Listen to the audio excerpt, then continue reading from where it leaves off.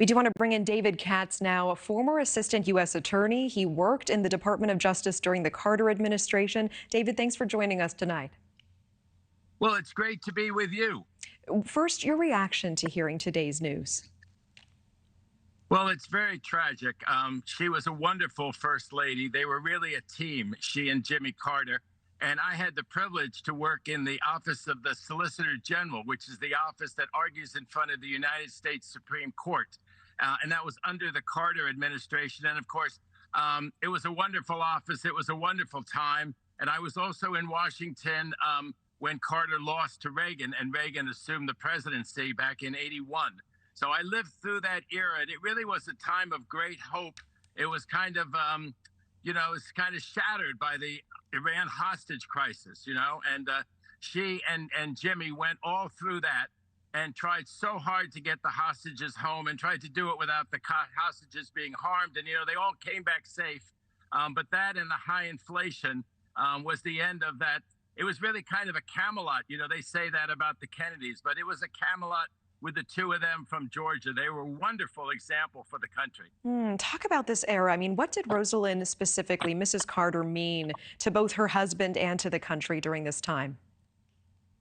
Well, she was, as your report said, she was a valedictorian. She was very smart. She gave a lot of speeches for him. While he was trying to deal with the hostage crisis, he was challenged by Teddy Kennedy for the Democratic nomination, even though he was the incumbent Democratic president. And she went around the country and really stood up to Kennedy and all the people speaking on behalf of Kennedy and secured the nomination for her husband. But then, with Reagan, it just was, and I think Carter himself, President Carter said, to run against an actor and a talent like that, it was really too much. It just kind of overwhelmed all the accomplishments, but he started the energy department on the level it is. He did all of these wonderful things. I mean, people who think we should do more about, the problem of global warming and all that. President Carter and her tried really hard. They got that issue, but they only had the 4 years, Yeah, and we know that during that time, she sat in on cabinet meetings. She was an envoy to Latin America at one point. Talk about some of the high tension, some of the moments of the Carter administration and what it meant to have her as such a trusted advisor at the president's side. Well, when he came in 1977, almost all of Latin America was autocratic. I think there was one democracy of note, that really had fair elections and that had, transitions. And ironically, that was Venezuela.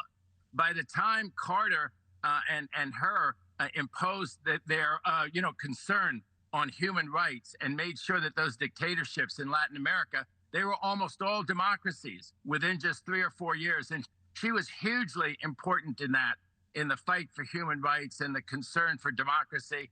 And as I said, she was a great speaker. She went to cabinet meetings with him, and she helped him make his decisions. She helped him campaign. And, they called her the Steel Magnolia, beautiful and like a magnolia, but tough.